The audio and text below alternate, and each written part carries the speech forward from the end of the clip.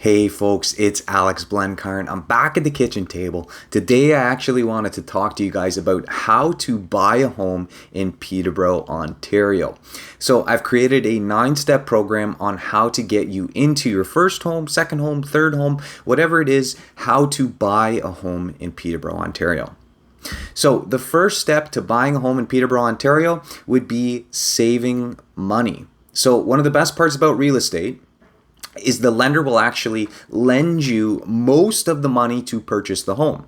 In Ontario, typically, if you're buying a primary residence, you will only need to put down 5% of the purchase price in order to purchase that home. The lender will actually lend you the other 95% of the purchase price. That's how awesome real estate is as an investment or as a lifestyle move.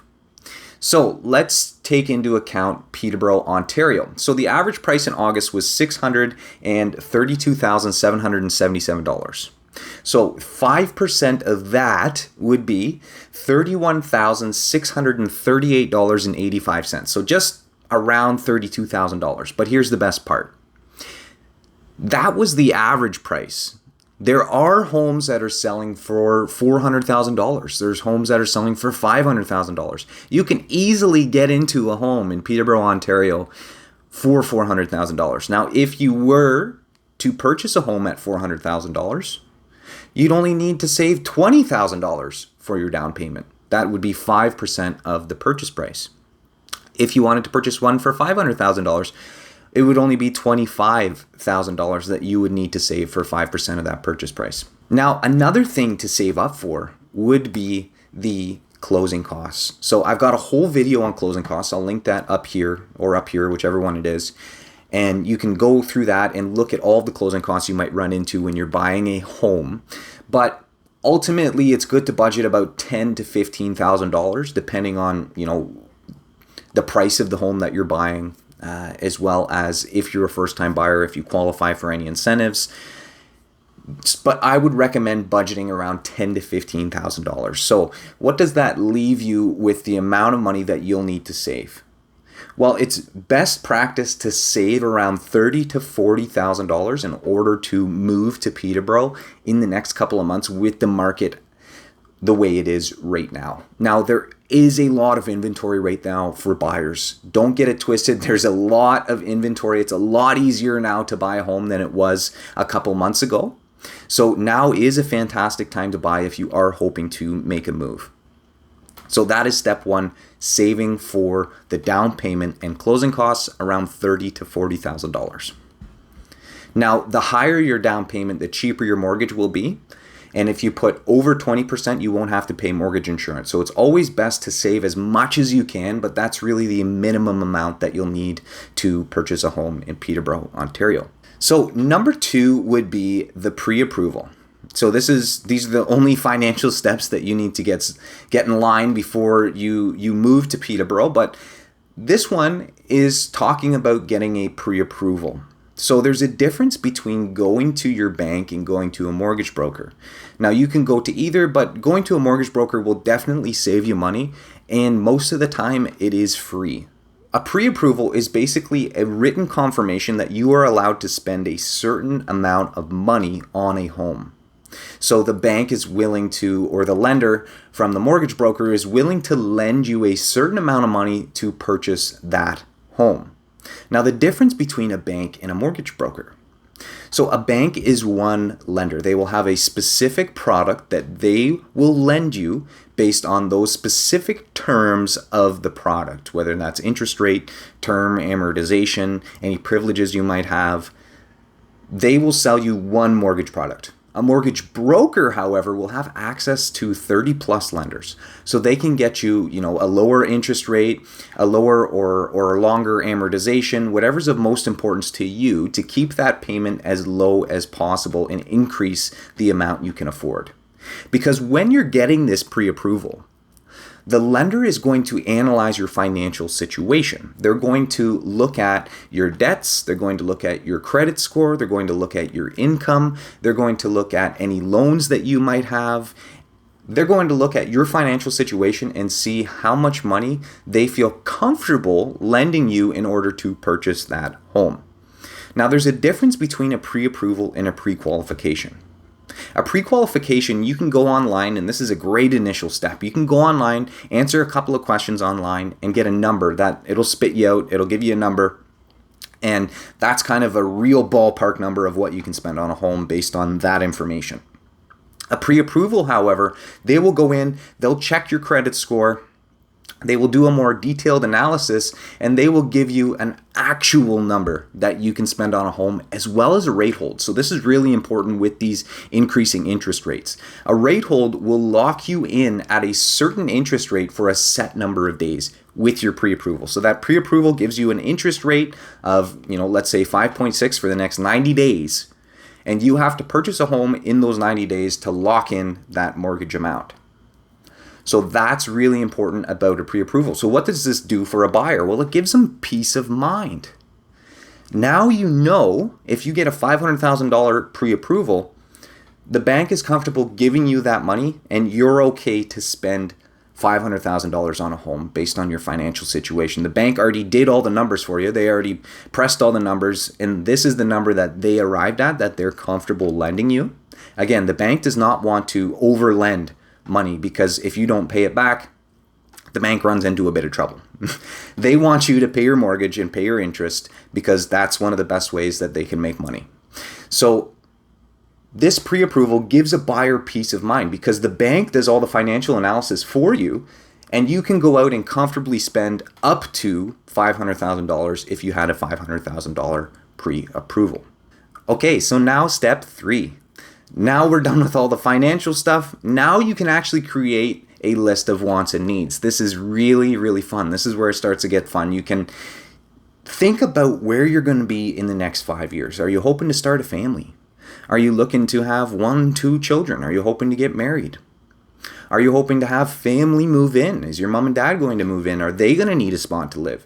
Think about all of the things that you might want and all of the things that you might need in that house for the next 5 to 10 years. It's always best to budget 5 to 10 years. If you end up leaving early because maybe it's not big enough, but it's always good to think about the next 5 to 10 years. I know it can be tough, but this is the fun part. You get to plan your life. You get to plan what you want and what this home is going to accomplish for you. Now, I've got a wants and needs list below that I'll link below so that you guys can have access to it and fill it out at your own time. But the wants and needs, it's so important. All of you guys, I imagine, have lived in a house before. Think about what you liked and what didn't you like. Are you looking for a backyard? Are you looking for a patio? Are you looking for a certain amount of acreage? Are you looking for a fenced backyard? Now, all of these things you can change except for the acreage. So think about the things that you want in a home and the things that you need in a home, and write those down. Those are going to come in very handy when you actually go out and look for homes. Now, number 4 is selecting a real estate agent. So real estate agents are only paid on commission. This is something to note before we get into the types of real estate agents and the benefits of using certain agents. Real estate agents are only paid on commissions. They only get paid when they help somebody buy or sell real estate. Now, the best part about buying a home is the seller will actually pay the buyer's side commission for them. So they don't have to worry about paying commissions. Buyers don't have to worry about paying commissions. The seller will actually pay the buyer's agent for bringing the right buyer to the property. Now, that's how it is in Ontario. It might be different in other areas of the world, but that's currently how it is in Ontario. Now, there are 2 options. You can use the listing agent or the buyer's agent. But the listing agent, ultimately, their job is to get their seller top dollar for their home. They're not going to be looking out for your best interests because they have already signed a contract with the seller and they're obligated to work for the seller. So that's why they introduced a buyer's agent about 10 years ago. Again, as a buyer, you don't have to worry about commissions. And the buyer's agent, their job is to protect you. And this is why it's so important to get a local buyer's agent to help you purchase a home. They're going to be experts on the local marketplace, and make sure you don't overpay for a home. If you're going to see a house, let's say on Armour Road, they might be familiar and go, okay, yeah, Armour Road, it sells for around this price. You know what? This one is $50,000 overpriced based on, what I check every single day in the local marketplace. I think we should bid this amount. It's going to make sure that you're not going to overpay for a home. They're also going to be familiar with local legislation and municipal bylaws. The worst thing that could happen is if you bought a home out in the country because you wanted acreage, you wanted privacy, you wanted the quiet of the country. And a couple of months after moving in, you see, oh, they're putting in a subdivision across the road. I wish I knew that before I had purchased. That's the benefit of using a local agent. They're going to know all about the different municipal zoning, bylaws, the municipal plans for the city. Now, the plans for the city are in something called an official plan, and that's something that you can find on the City of Peterborough website. But that's the benefit of using a local agent. You're not going to overpay for a home. They're going to be local experts on the market, and they're there to look out for your best interests and get you the best deal on that home. All right, step 5. This is another fun one. It's going out and actually viewing homes. So here's another bonus of using a local agent. We can get you into any home that's listed for sale on the MLS. We can book a showing and get you inside so that you can view that home. So this part is really important. You know, it might take a couple of viewings to find the one, but every buyer I've worked with, they knew when they did find the right one. Whether it was we went and saw a couple of homes, they called me the next day and said, hey, can we go back and see, 2020 Maple Ridge? I absolutely loved it. I want to go take another look. They know when they find the perfect home, and you'll know too. But it might take a couple of tries. Just remember that. When we're going out and viewing homes, it might take a couple of tries. And it's important now to bring your wants and needs list that you wrote in step 3. Bring that with you and think about and maybe change some of the things now that we're going in and seeing homes. Maybe you thought, oh, I can't live with carpet. I don't want carpet. But maybe you see a home that has a certain type of carpet and it's clean. And you think, oh, you know what? I actually could live with carpet. So let's put that on the list as, something that would be okay. That's why it's important to actually go out and view these homes. Something may look great in the photos. It might look great in the photos, but when you go see it in person, it looks completely different. So that is step 5, going out and viewing homes. Step 6 is writing an offer or an agreement of purchase and sale. So this is where we do all of the paperwork. When you do find that perfect home, congratulations, you found it. Now your agent is going to do all of the background research on the home to find out, the municipal zoning, the bylaws, the municipal developments happening around the area, and the market value of the home to make sure that you don't overpay for that home. Now, certain properties may or may not be holding offers. We're getting away from it right now, but certain properties in the past have held offers. So your agent will let you know whether or not that is the case. When they're holding offers, they're looking at offers at a certain day on a certain time. So maybe they listed 7 days ago and they're looking at offers today at 6 p.m. Most times they won't look at any offers before today at 6 p.m. So that's something to note. Now your agent will let you know either if they are holding offers or not, how many offers are on the table when you go to submit. Let's say there is a competing one and you really, really want it. Maybe you missed out on it by $5,000 because you didn't know there was a competing one because you were using an out-of-town agent and they didn't know. That's the benefit, again, of using a local agent. So that is step number 6, writing an offer.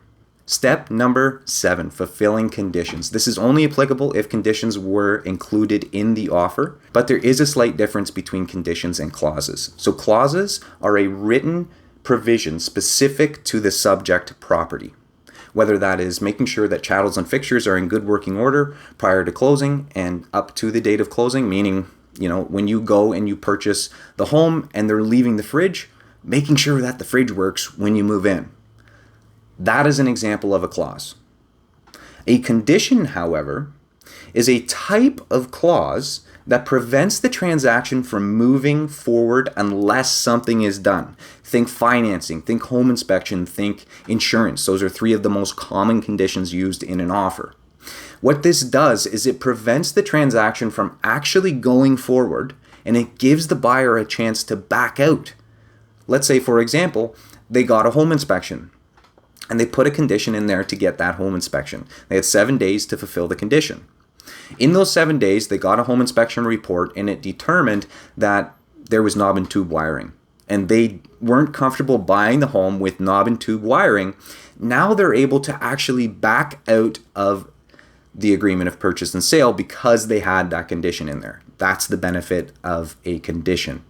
Now, when you do include a condition, like I said, there's always a conditional date.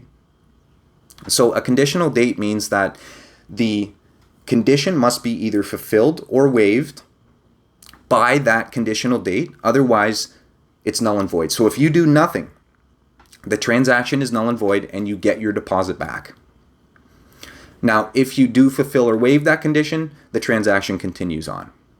So that is a snapshot of what conditions are and when they would be included in an offer. But it's always best to include at least one when you can. Number 8 is selecting a lawyer.